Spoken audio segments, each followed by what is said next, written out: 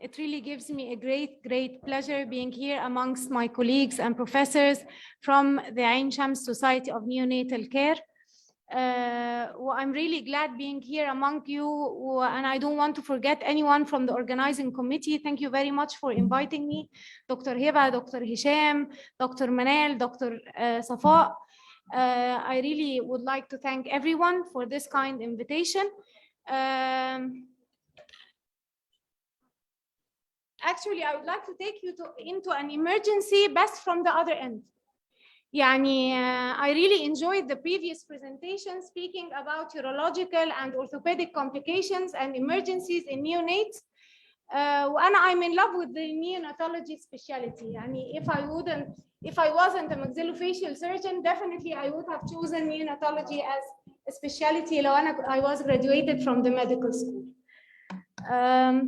The topic of our presentation today, me and my dear colleague, Dr. Noha Abdelrahman, it's about the Pierre sequence. It is an emergency, but from a different perspective.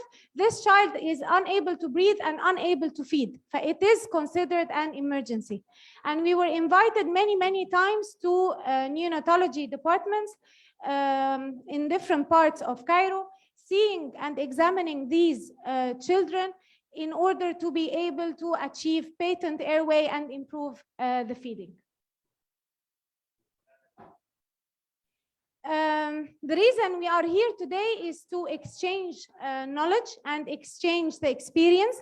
Definitely neonatologists, they have vast experience in management of these cases, and we would appreciate their feedback concerning these cases, and we would like also to share our expertise in this field. So the outline of the presentation, I will speak about the Pierre sequence and its definition, the early challenges, the way through, and my dear colleague, Dr. Noha, will speak about the Tübingen plate. It's a very important part of the presentation, and we will end up by the recommendations of the Pierre consensus meeting that was held early in April in 2022. This was the third consensus meeting on Pierre sequence. So before I start speaking about the Pierre sequence, I would like to elaborate more on the classification of the cleft palate. The cleft palate is either associated with cleft lip in 1 every 700 live births. It's either unilateral or bilateral. It could be isolated cleft palate, which is 1 in every 1,000 live births. It could affect the uvula soft palate, or the uvula soft palate and part of the hard palate. This could be associated with syndromes or other multiple congenital anomalies. Regarding the Pierre sequence, it's either isolated Pierre sequence, which is represented as 1 every 5,000 live births. It's less common than that associated with cleft lip or the isolated cleft palate alone. Or it could be associated with other congenital anomalies, especially those anomalies related to the heart, with an incidence of 20%. Or it could be associated with syndromes like the Stickler syndrome, the Dye-George syndrome, or the Treacher-Collins syndrome, with an incidence up to 70%. So first, what is the Pierre sequence, and why isn't it a syndrome anymore? The Pierre sequence, it starts with a hypoplastic mandible. Something during the intrauterine life prevented the mandible from growing. So this is the primary anomaly. The mandible is small. This leads to glossoptosis, which is posterior displacement of the tongue, and there is no place for the tongue to be displaced in except on the expense of the airway. So this leads to tongue-based airway obstruction. So this is considered a secondary anomaly. This position of the tongue will interfere because the tongue will be displaced posteriorly and it will be in a high position. So this will cause the two palatine shelves not to fuse together with each other. This interference with the palatine shelves will lead to the typical U-shaped cleft palate. The Pierre sequence comes in the form of a triad, as we all know from the literature. However, the most common two anomalies is related to the jaw, which is the micrognathia, and that related to the tongue, which is the glossoptosis. And both of these anomalies will lead to tongue-based airway obstruction and problems related to feeding. This could be associated with or without cleft palate. Cleft palate is present in 85% of the cases. However, 15% can present without cleft palate. Unfortunately, we don't have very good experience with those cases without cleft palate because mostly they're not referred to us. So what is, again, the Pierre-Robin sequence? We said the baby will suffer from micrognathia and glossoptosis. As we can see here, the baby, the tongue is displaced posteriorly. Sometimes the tongue cannot be seen. يعني في عيانين يجوا يقولوا إن البيبي ما عندوش لسان. هو مشكلة مش إنه ما عندوش لسان، المشكلة إن إحنا unable to see the tongue. لأن إحنا what we see when the baby is crying is the floor of the mouth, the tongue is displayed far upwards and posteriorly, sometimes even within the cleft palate itself. It's sometimes cranial to the cleft palate. So this would definitely lead to, as I mentioned earlier, to both airway and feeding problems. And this is the essence of the whole presentation from now. Regarding the early challenges, we need to have a grading system or grading the severity of this problem, where grade 1, the baby can eat or can feed and breathe well in supine position. Usually these babies are discharged early from the NICU and there is no need for our intervention or for us to be recalled. The grade 2 is where the baby breathes well but obstructs when fed by mouth. So this here we start to come, here we come to see the baby to address the feeding problem. The grade 3 is the most severe form where the baby cannot breathe or eat without being obstructed. This is the most severe form and this baby requires more further intervention. Maybe even they need surgical intervention. So regarding the monitoring, the baby needs to be monitored. So other than the clinical presentation, as we said, the baby needs to be monitored by monitoring the oxygen saturation using the pulse oximeter and needs to be monitored in severe cases by the blood gases. Lateral radiographs, dead lateral radiographs are advised in order to be able to see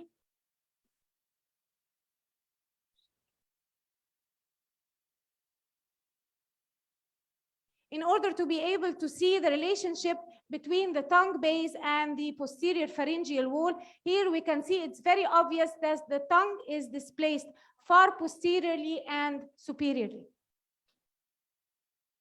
The baby might also need, as a method of monitoring and investigation, fiber optic nasopharyngoscopy, and this is offered by our colleagues from the speech and language pathology department.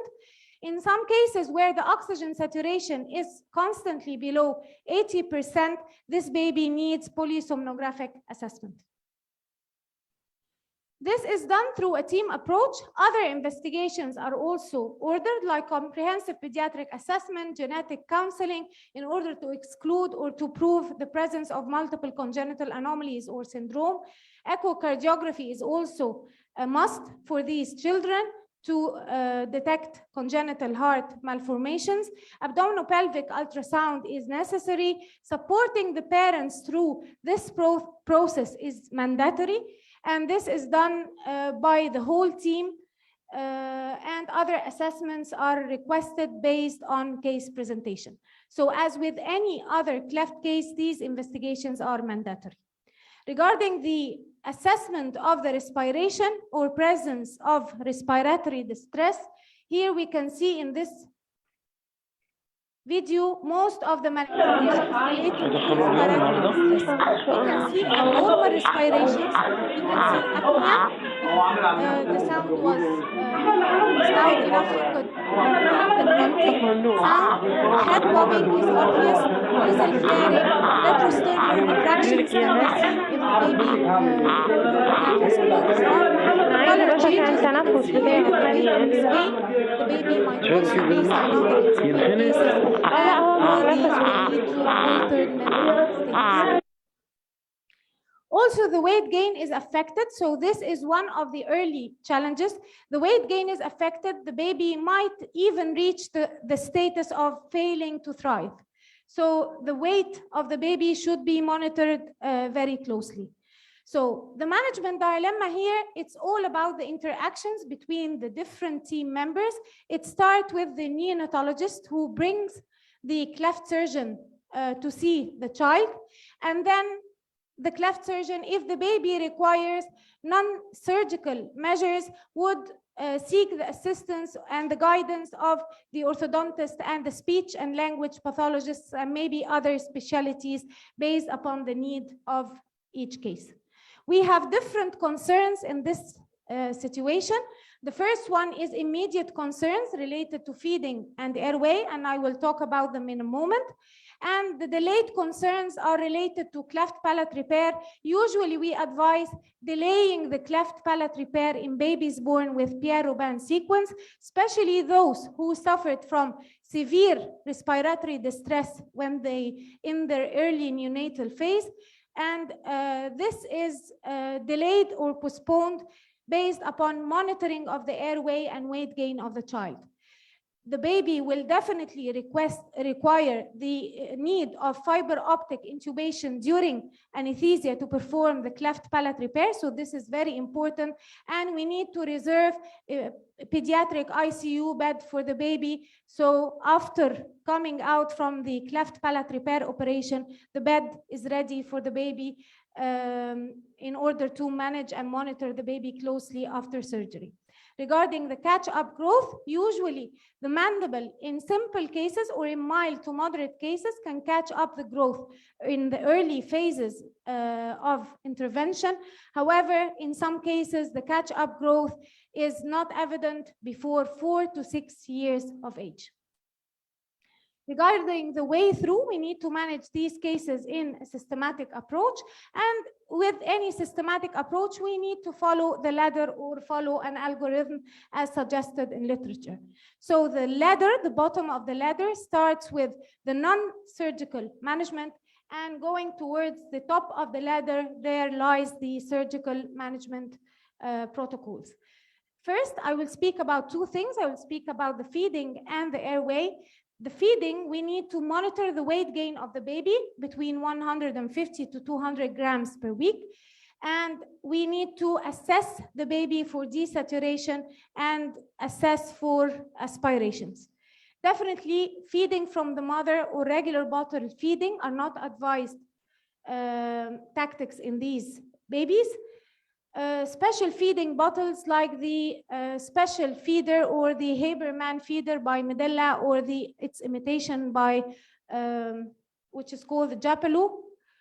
Nasogastric feeding tubes are advised in babies who cannot feed well orally, and breathe at the same time, might request nasogastric feeding tube. But as you all know, the prolonged use of a nasogastric feeding tube would result in gastroesophageal reflux. In those cases who require long-term feeding by nasogastric feeding, our dear colleagues from the pediatric surgery department perform gastrostomy for these babies. Regarding the non-surgical management of the airway management, my dear friend, Dr. Soha Ibrahim will speak in the following presentation about the non-surgical ventilation or the non-invasive ventilation methods like the nasal cannula and the CPAP. However, we always resort to positioning, the use of special long teeth pacifiers, nasopharyngeal airway, and topping implant. Our aim here in non-surgical management of the airway is to improve the airway patency, which is reverse the glossoptosis or bring the tongue forwards for the baby to breathe well, and it's not to correct the micrognathy. Regarding the positioning, the baby is only positioned in prone and lateral position, and we also elevate the mattress. I mean that opposite to the well-known recommendations by the pediatricians and the pediatric society is that babies are forbidden to sleep in a prone position. But here we violate this rule, and this has been mentioned several times in the consensus meeting last April. The babies with PRS should not sleep in supine position. The use of long teeth pacifier, it has two main roles. It enhances the catch-up growth and improves the glossoptosis. It's also one of the feeding facilitation techniques. It enhances suckling and swallowing. And according to the functional matrix theory, this acts like a physiotherapy for the mandible, and it enhances the mandibular growth.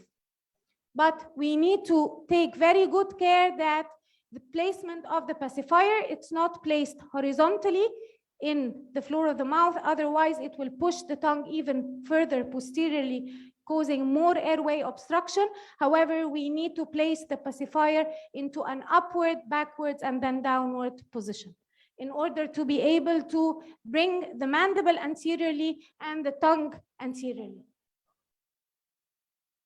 The use of the nasopharyngeal airway has been used for a very long time to treat these cases.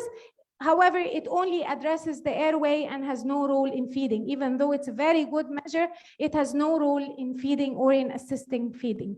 The Tübingen plate will be covered extensively by my dear colleague, Dr. Noha.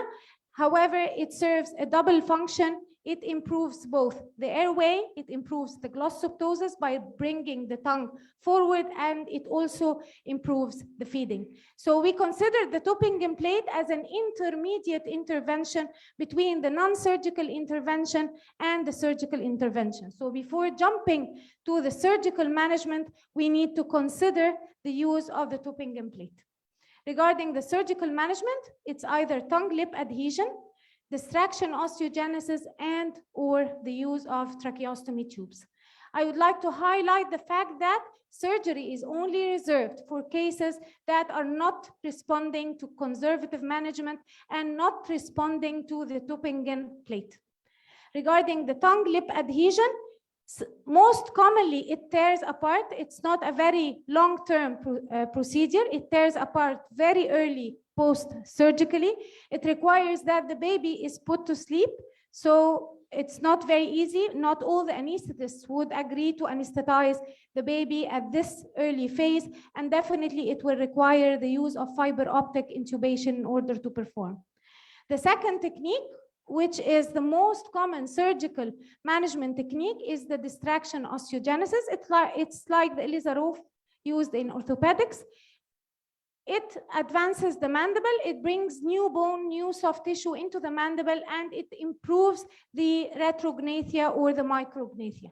فهنا ده التكنيك الوحيد اللي بيحسن المايكروجناثيا. كل التكنيكس التانية كانت بتشتغل على element of the glossoptosis.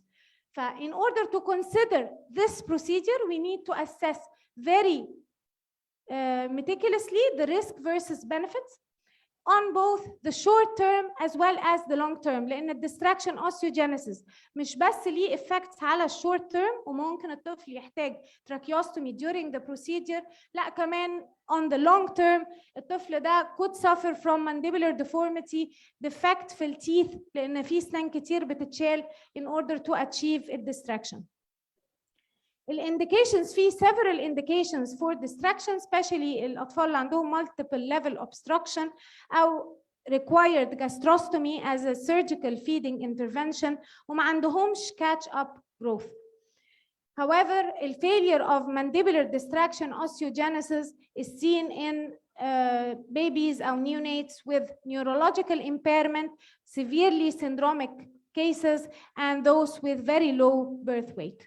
Finally, the tracheostomy is done before or after mandibular distraction osteogenesis, and this is the end of my part of the presentation, and I would like to leave you with my dear colleague and partner, Dr. Noha Ibrahim, talking about the Tübingen plate.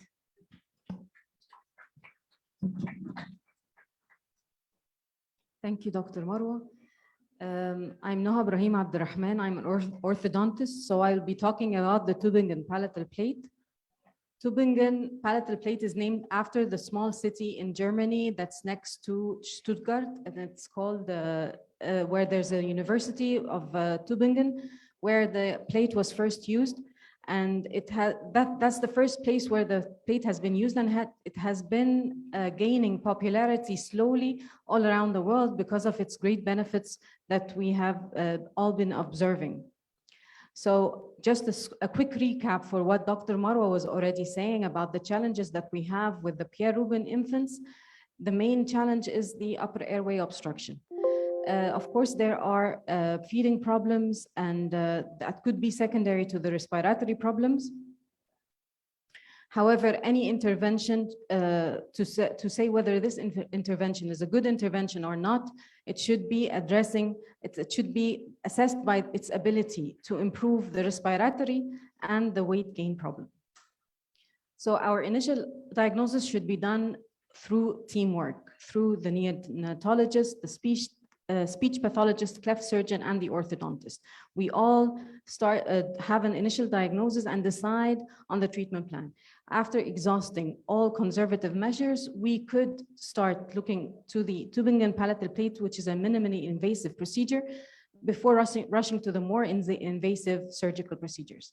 So the Tübingen palatal plate, this is how it looks. It's, as I just said, it's a minimally invasive palatal plate. This is the part that covers the hard palate, and this is the pharyngeal or the velar extension.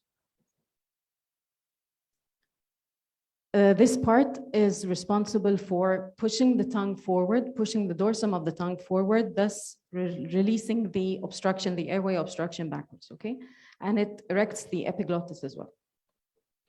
So it's all about teamwork, as I was saying. Both the orthodontist and the speech pathologist, we meet at the NICU, and this is to do the first fiber-optic nasopharyngoscopy to determine the correct length of the velar part and to obtain the maxillary impression, after which I construct the appliance at the orthodontic lab. And the second visit is again done by both the orthodontist and the speech pathologist to do the second nasopharyngeal pharyngoscopy to assess the fit of the appliance and the correct length of the velar part or the pharyngeal part. This is a video of a patient of ours where our team was treating last year. This video was taken by our speech pathologist, Professor Ahmed Rifat, who I believe is in the audience and has a lecture coming up.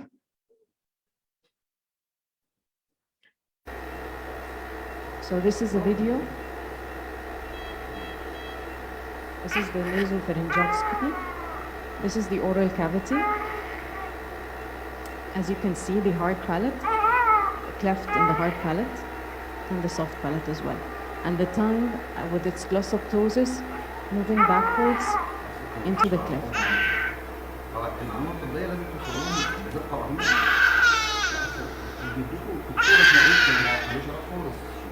As you can see here, the obstruction is quite clear. This is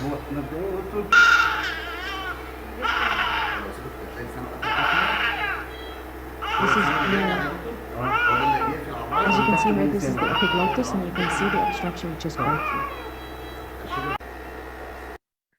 So after obtaining the maxillary impression and fabricating the appliance according to the measurements that we took during the first visit, we insert the appliance in the second visit.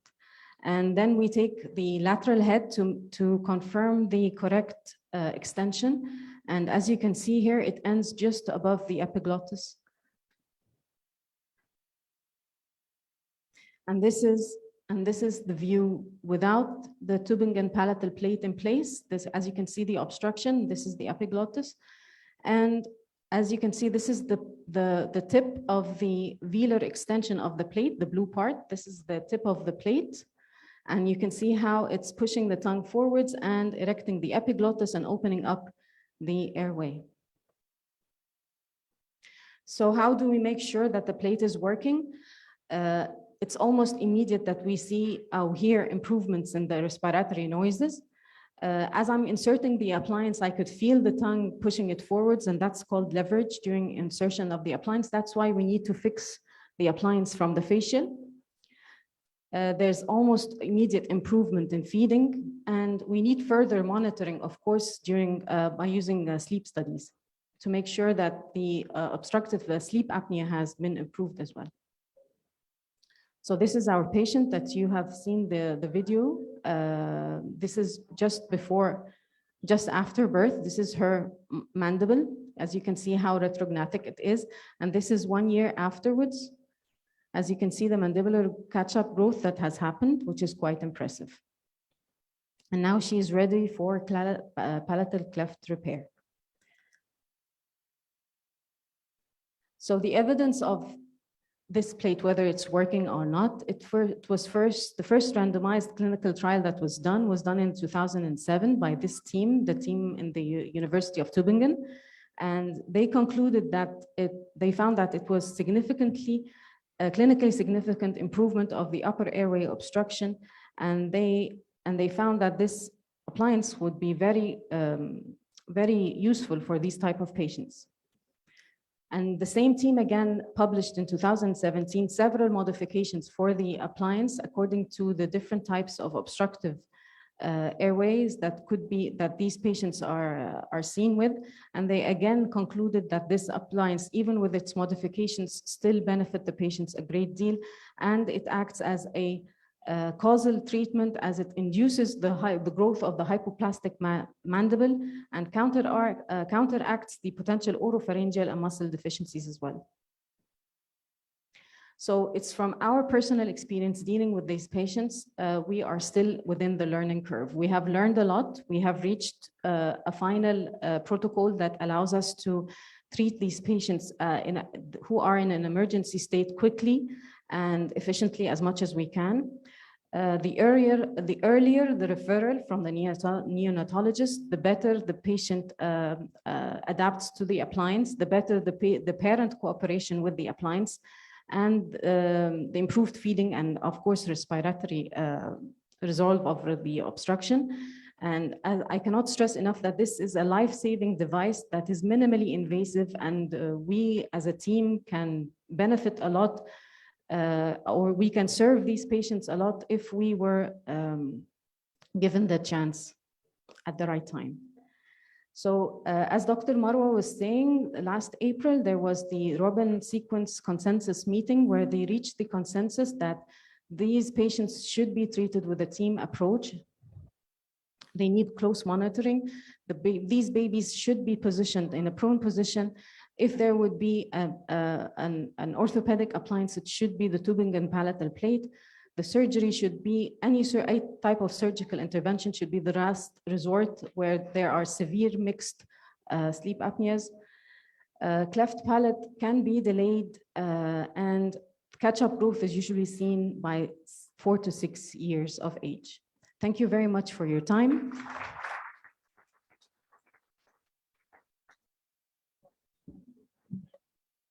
Thank you, Dr. Marwa and Dr. Noha, for your excellent presentation. أنا سؤالي بس هنا عشان احنا جربنا كتير قوي موضوع التانج ليب ادهيجن، وده كان ليه كتير قوي من الكومبليكيشن اللي كان بيعمل ديسربشن طبعا، والفورس بتاع الليب مش اقوى من التانج، فبالتالي مش هي دي اللي بتبول التانج انتيريورلي. سؤالي هنا بقى لو هي التوبنجن بليت هايله زي ما انا شفنا بالاندوسكوبي، امتى يعني امتى نقول ان احنا مش هتنفع البليت، وامتى نحتاج نعمل ديستراكشن اوستيوجينيسيس؟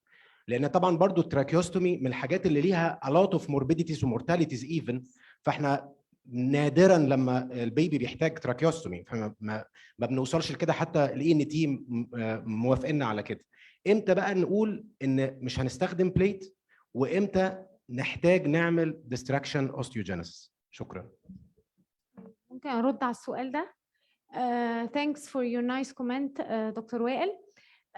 The difference between أو الفيصل ما بين إن أنا أستخدم التوبنجن بليت وما بين الديستراكشن أوستيوجينيسيس هي خطوة. الخطوة دي بتفرق في إيه؟ بتفرق هل التوبنجن بليت عمل الدور بتاعه ولا لأ.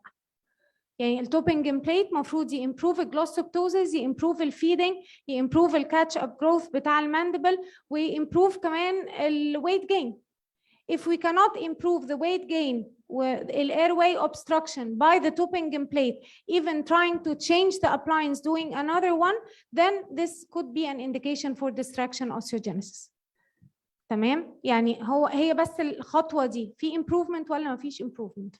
لو ما فيش improvement, we try to do another appliance. If there is still obstruction وباينة في ال fiber optic nasopharyngoscopy, then this is an indication ان احنا to go through distraction osteogenesis. However, we don't recommend this as a first line. لازم يبقى بعد ما جربنا ال Tübingen plate. لأن distraction osteogenesis still has many drawbacks as well.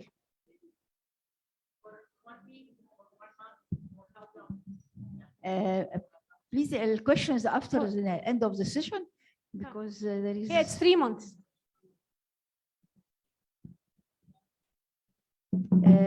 Now I can present Professor Noha Ibrahim, Professor of Pediatrics and Neonatology at Shams University. She will speak about non-invasive ventilation in NICU. We are eager to hear about that.